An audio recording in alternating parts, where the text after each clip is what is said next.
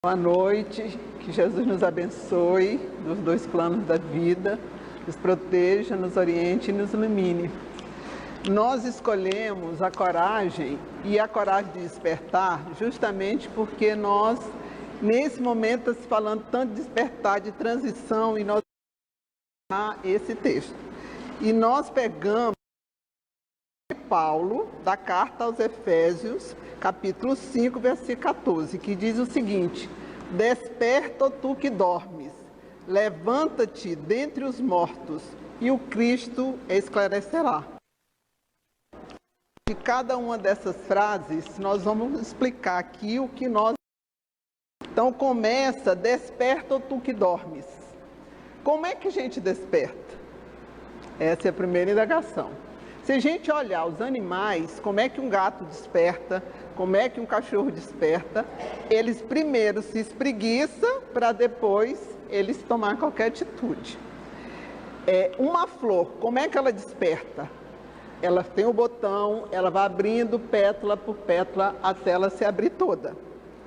Como é que desperta o sol? Ele sai primeiro os raios e começa a atingir o horizonte, normalmente de laranjado, e ele vai despertando. Aí, nós, seres humanos, como é que nós despertamos? Alguns de nós desperta correndo, com o relógio que desperta, o celular que desperta e sai correndo, se tumultuando. Outros despertam, a primeira coisa que faz é recorrer ao celular e olhar lá se tem alguma mensagem ou já postar alguma mensagem.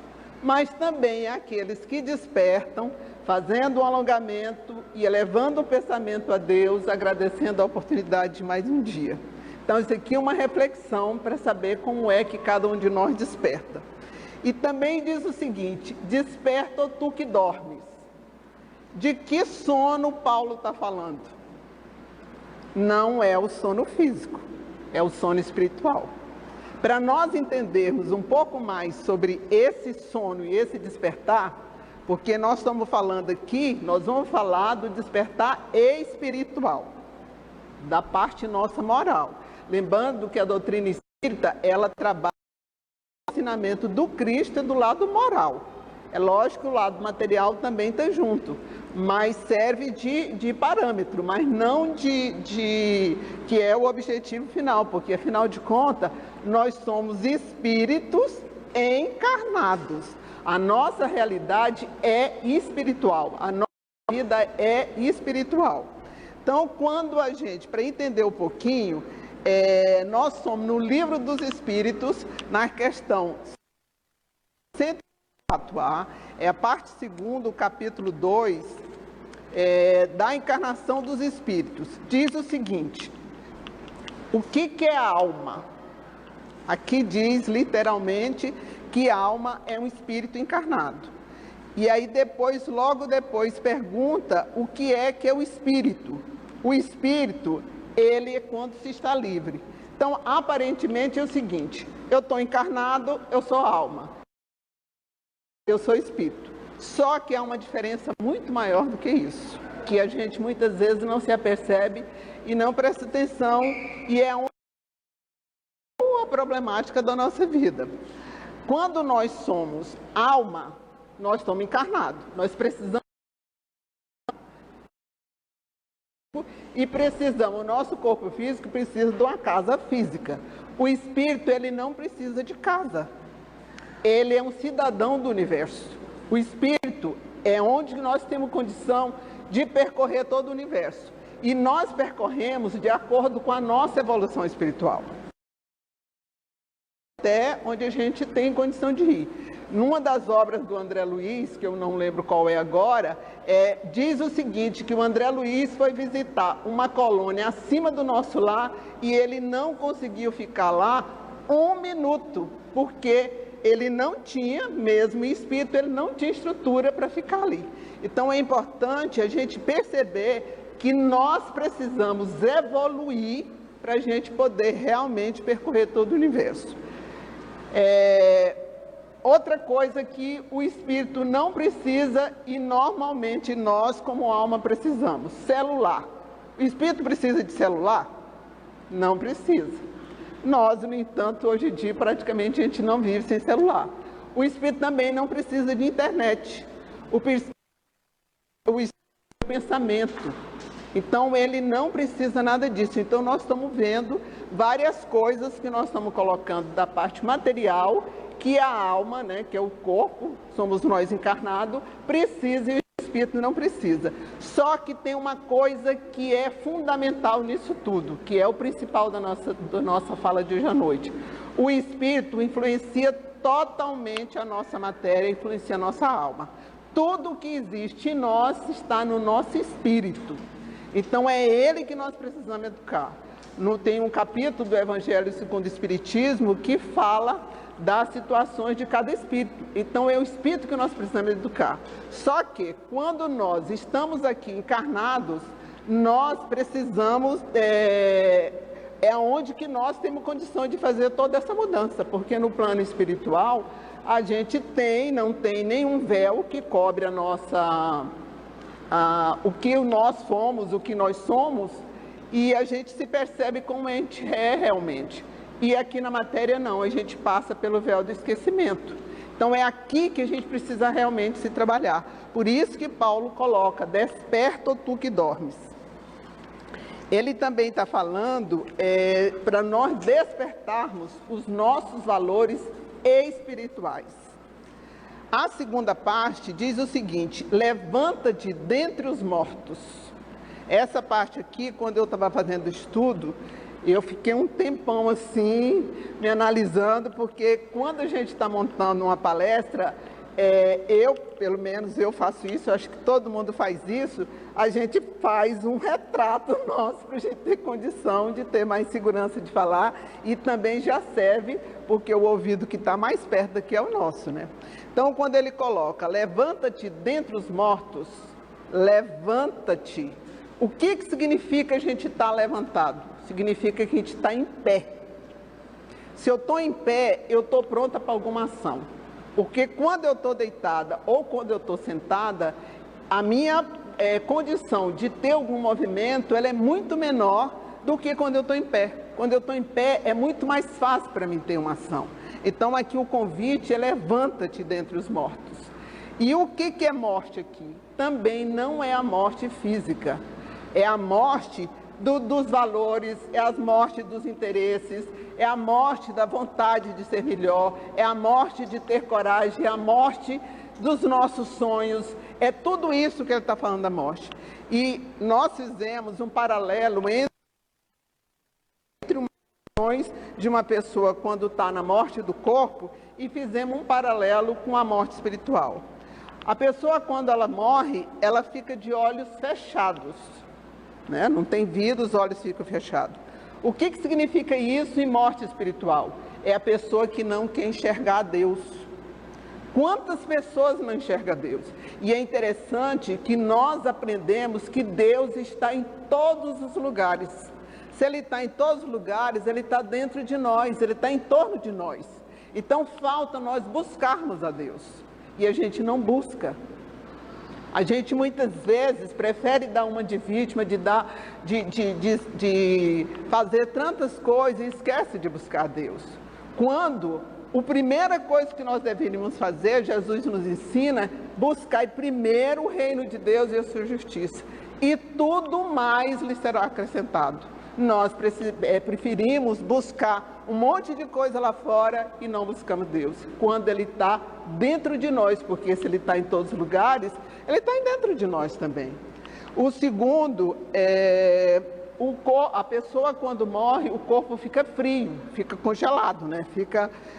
Isso significa que a pessoa é a frieza espiritual, é a frieza dos comportamentos. Aquela pessoa que não tem gentileza, que não dá bom dia, ou se dá, responde com mau humor. Então é a pessoa que é fria, que não tem nenhum tipo de sentimento, age como se fosse um bloco de gelo.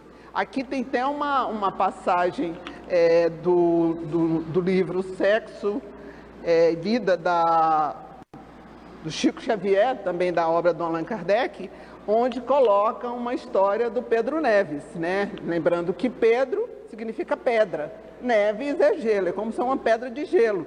Que ele trabalhava, era um trabalhador do nosso lar, que trabalhava ajudando, e no termo de sentimento, ele não tinha tanto sentimento, de tal modo que quando foi para o desencarne de uma filha dele, que ele voltou à Terra, e ele percebeu que o marido dela estava tendo um caso com a enfermeira, e ele se revolta. E aí é a hora que ele percebe que ele não tinha sentimento. Então a pessoa tem toda aquela aparência de que ela está bem relacionada, mas dentro dela ela não tem sentimento nenhum. Ela é uma verdadeira pedra de gelo. Ela prende tanto o sentimento dela que esse sentimento não se manifesta. O outro, imóvel. A pessoa, quando está morta, ela fica imóvel, ela não se mexe. Esse aqui são aquelas pessoas que são carregadas de informação, tem um monte de informação, mas não aplica na sua vida. Isso aqui a gente tem que ter muito cuidado, principalmente gente que fala, porque muitas vezes a gente fala para os outros, faz muita coisa, e a gente não coloca na nossa própria vida. Então a gente parar para refletir se tudo aquilo que eu falo, se tudo aquilo que eu muitas vezes passo para os outros, oriento para os outros, como é que eu estou fazendo isso na minha própria vida. O outro, uma pessoa quando morre, ela fica dura, ela fica enterrecida. Esse daí são as pessoas que têm um coração petrificado. Aquela pessoa que nada entra nela, tudo para ela é indiferente. A vida vai passando e ela vai ficando indiferente com tudo. Então, e a gente lembrar que o Cristo, todo o ensinamento do Cristo é em cima de amor. Cristo representa o amor. Então, como é que a pessoa muitas vezes fala de Jesus, representa Jesus e, no entanto, ela não tem esse sentimento dentro dela? E, por último, a pessoa quando está morta, o corpo vai se decompondo. Então, são a decomposição dos valores. Nós vemos hoje em dia várias pessoas que se envolvem com crime hediondo, com pedofilia. Isso tudo são da composição dos valores. Então a gente vê o tanto que a nossa realidade, ela está muito relacionada com a realidade espiritual. E a realidade espiritual, ela é que onde nós temos que fazer mudança. Quando coloca o Cristo esclarecerá, que é a última frase desse ensinamento de Paulo, é interessante a gente refletir desde quando Cristo nos esclarece. Se nós nos reportarmos lá antes de Jesus, ele já mandava os seus missionários.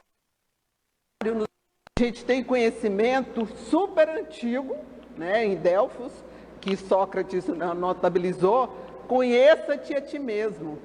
Aparentemente é muito fácil, mas é muito difícil. Mas também é extremamente importante nós nos conhecermos. O problema é que muitas vezes a gente se julga perfeito, se julga muito acima de alguma coisa e a gente tem medo da gente se conhecer. Acontece que nos ensinamentos de Jesus, todo ele, o convite é para que a gente se olhe sem julgamentos, sem cobranças, sem culpa, mas com muito amor e trabalhando em nós o auto-perdão. Então, a partir do momento que a gente começa a se olhar do jeito que nós somos, mas também nos olhando as possibilidades infinitas que cada um de nós temos. Nós somos filhos de Deus, nós somos os seus herdeiros. E a gente muitas vezes não se dá conta disso. A gente se vê como sei lá o que, alguma coisa aí perdida. Quando a gente tem tido esses valores dentro de nós, lembrando que todos esses ensinamentos, eles estão dentro de nós. Então, é interessante a gente ver. Se nós pegarmos todos os missionários de Jesus, alguns, porque são vários que a gente não tem condição de falar todos, mas pegando o próprio Jesus, olha o ensinamento dele: vais e não torna a pecar. Atire a primeira pedra quem nunca pecou. Isso é indulgência, gente. Isso é um convite para a gente ser indulgente. E a gente muitas vezes não para refletir nisso. Vi vários outros treinamentos. Quando ele coloca também, eu vim para que todos tenham vida e vida em abundância. Abundância de coisas boas. abundância de esperança, abundância de amor, abundância de felicidade, abundância de tudo quanto é coisa, de fé. O convite está e parece que a gente não escuta. Então, por isso que nós chamamos essa palestra nossa de Coragem para Despertar. O que me chamou a atenção quando eu comecei a trabalhar nessa palestra foi uma fala que eu vi, uma frase, e eu não sei quem é o autor, mas me chamou muita atenção, quando colocou assim: começa, tá? E enquanto você está andando, caminhando, então começa. Nós só precisamos dar o primeiro passo, nós só precisamos fazer o primeiro gesto. Isso em relação a nós, em relação a tudo.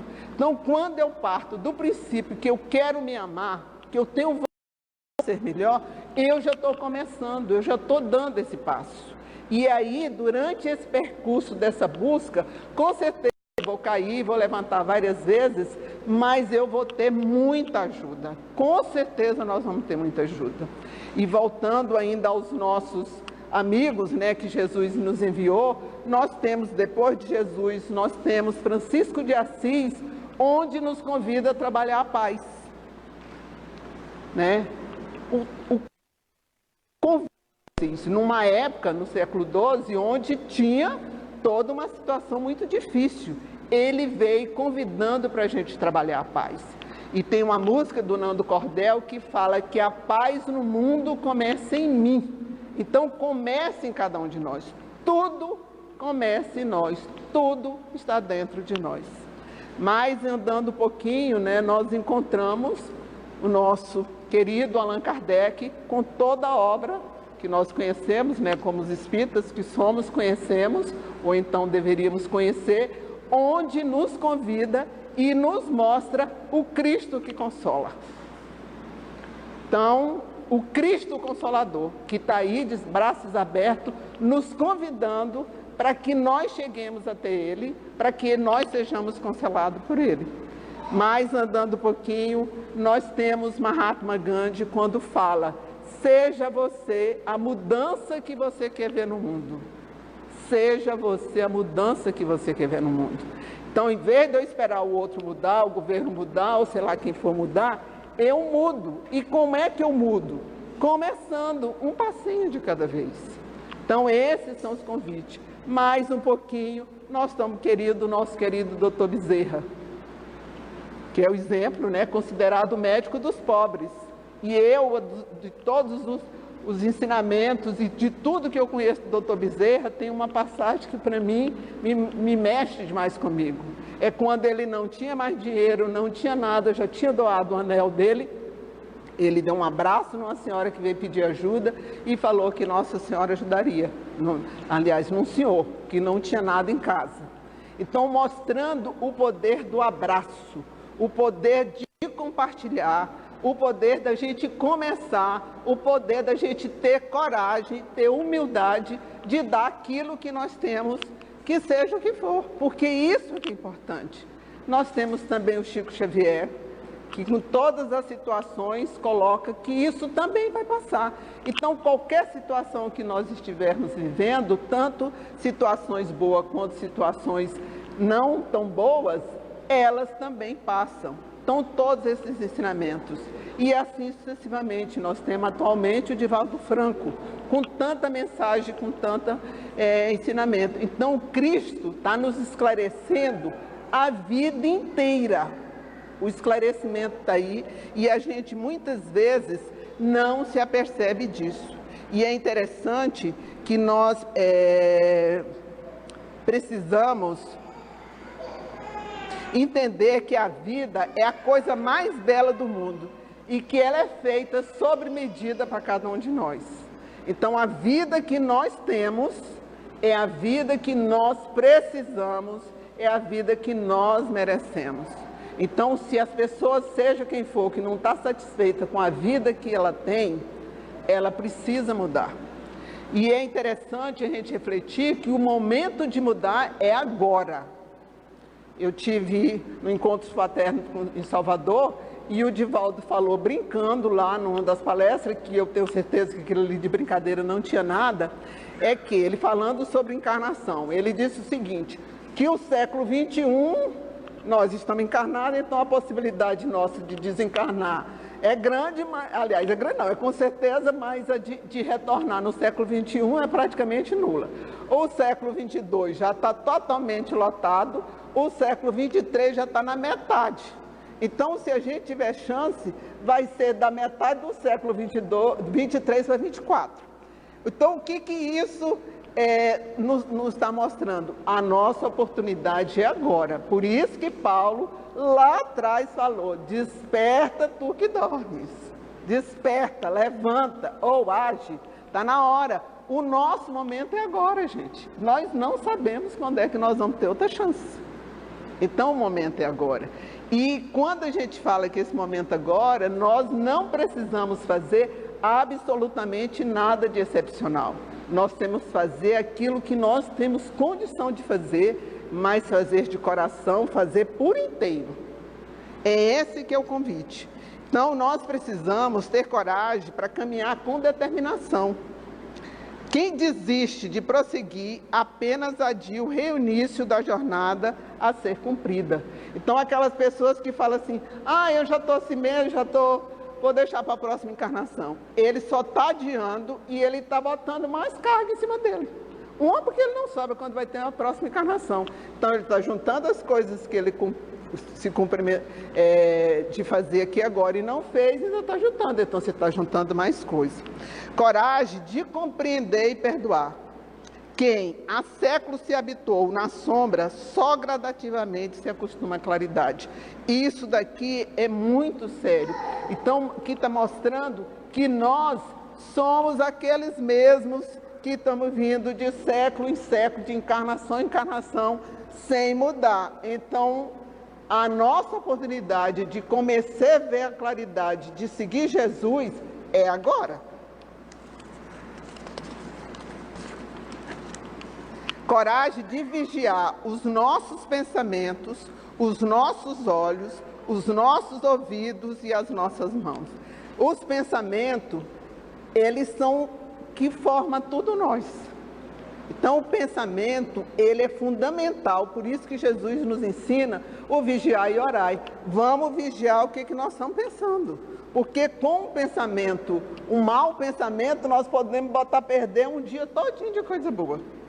Então, vamos trabalhar cada vez mais. E os nossos olhos? Quantas vezes a gente olha para alguém que a gente muitas vezes nem conhece e começa a julgar? E os nossos ouvidos?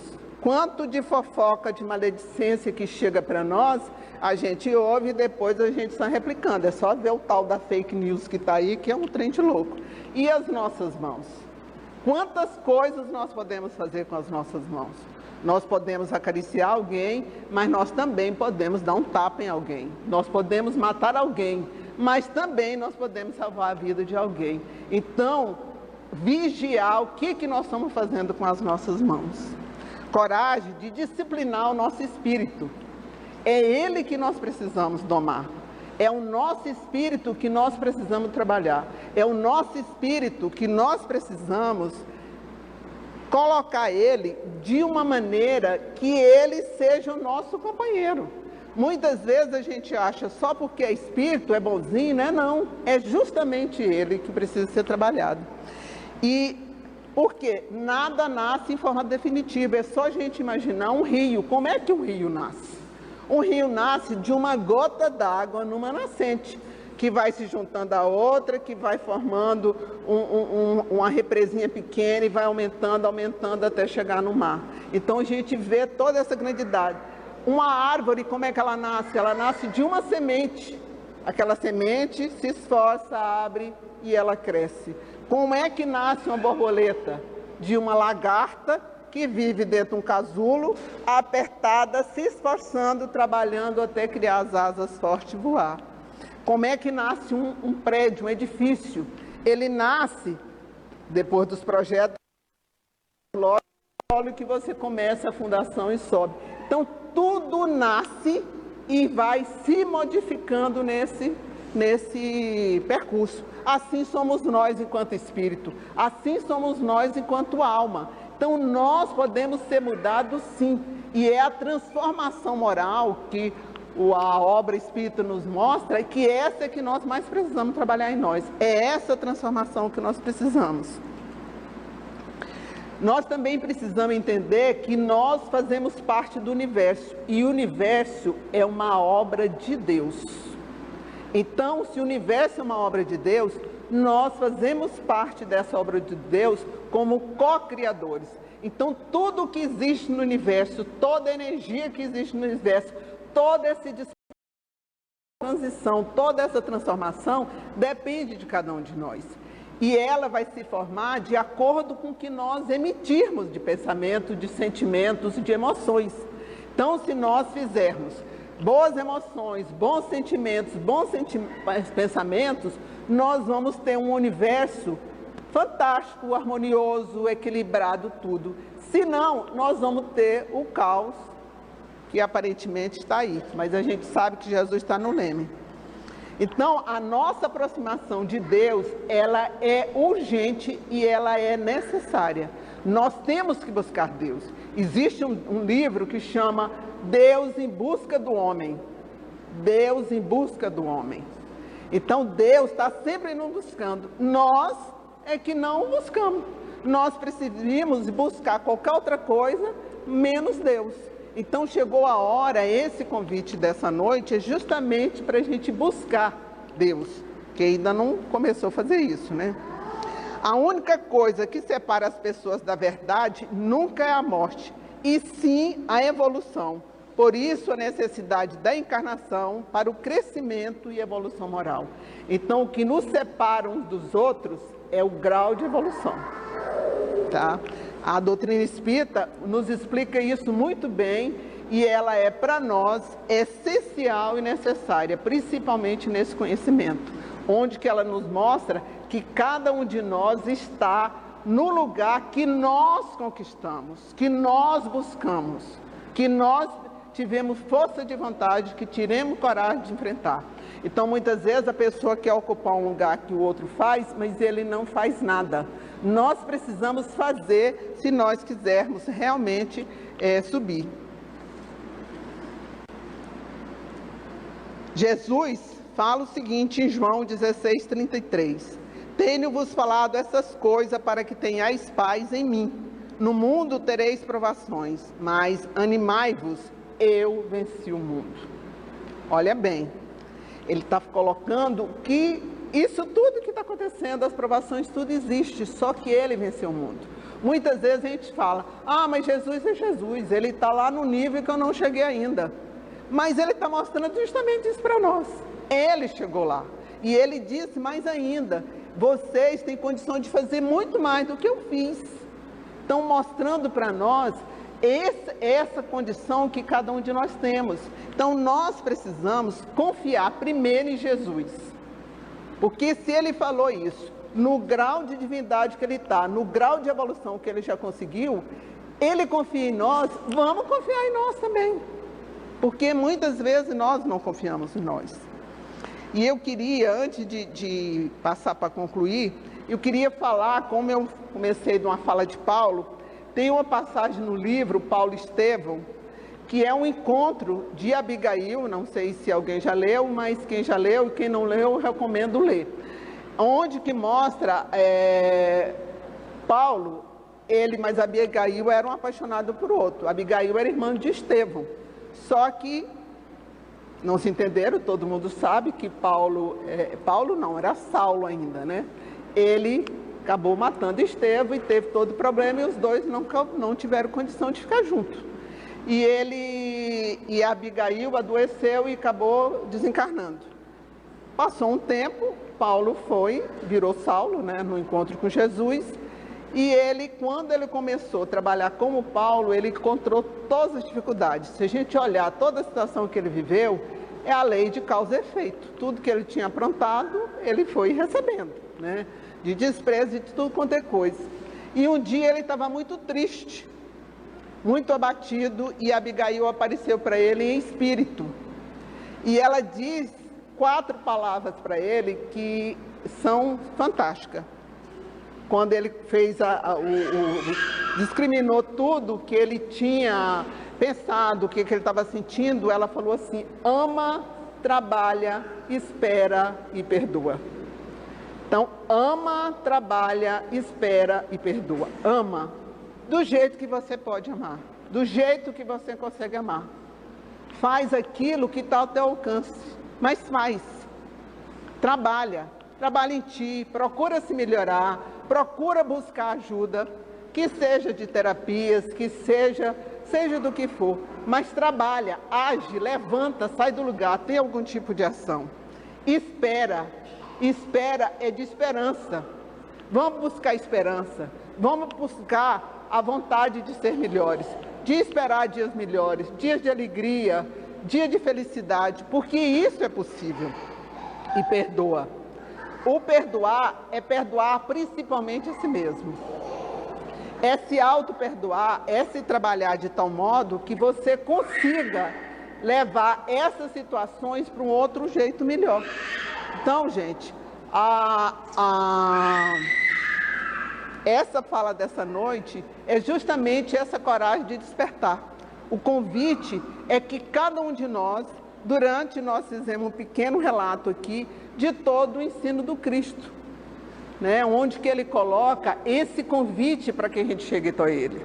E ele diz o seguinte, como foi essa fala, eu tenho uma camiseta que ela tem uma imagem de Cristo linda, sorrindo, onde diz o seguinte: coragem, eu venci o mundo, comigo você também vencerá. Então, com Jesus, nós temos condição de ser muito melhores e ser muito mais felizes e de vencer todas as nossas mazelas, as nossas dificuldades, as nossas incertezas, mas também fortalecer aquilo que já está melhor em nós, fortalecer em nós a esperança, fortalecer em nós a coragem, fortalecer em nós a alegria, fortalecer em nós a vontade de sermos melhores, de sermos caridosos, de sermos verdadeiros. Porque essa que é a verdadeira coragem, é a coragem da gente ser verdadeiro do jeito que a gente é, mas sabendo sempre que nós temos possibilidades infinitas. Isso porque nós somos criaturas divinas, nós somos criados por Deus.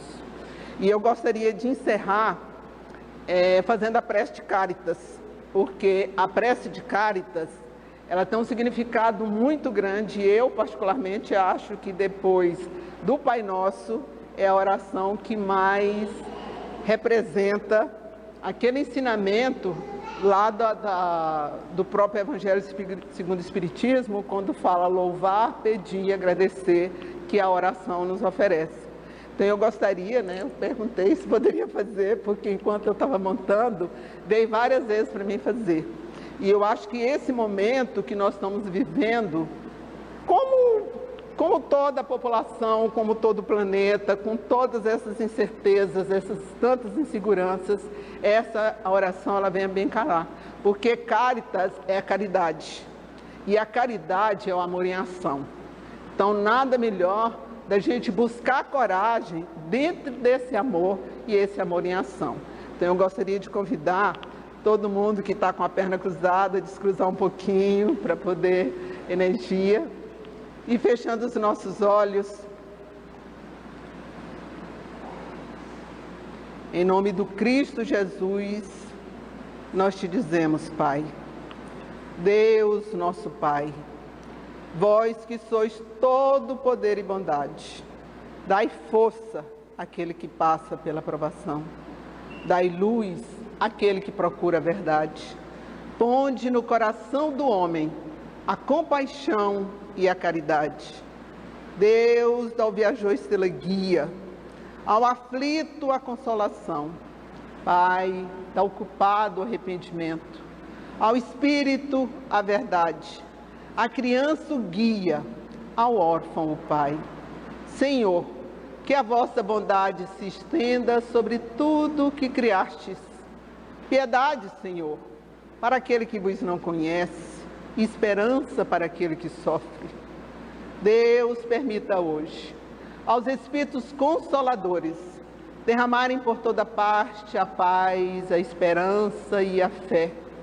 Deus, um raio de luz, uma faísca do vosso amor pode abrasar a terra. Deixai-nos beber na fonte dessa bondade fecunda e infinita, e todas as dores acabarão, todas as lágrimas secarão. Um só coração, um só pensamento subirá até vós, como um grito de reconhecimento e de amor. Como Moisés sobre a montanha, nós vos esperamos com os braços abertos. Ó poder, ó bondade, ó beleza, ó perfeição, e queremos de alguma sorte alcançar a vossa misericórdia. Deus, dai-nos a força de ajudar o progresso, a fim de subirmos até vós. Dai-nos a caridade pura, dai-nos a fé e a razão. Dai-nos a simplicidade que fará das nossas almas o espelho, onde refletirá a vossa imagem. Que as bênçãos e o amor do Cristo se manifeste na vida de cada um de nós que aqui estamos nos dois planos da vida. A todos, muita paz e a bondade de Deus se manifestando nos corações de cada um de nós. Que assim seja.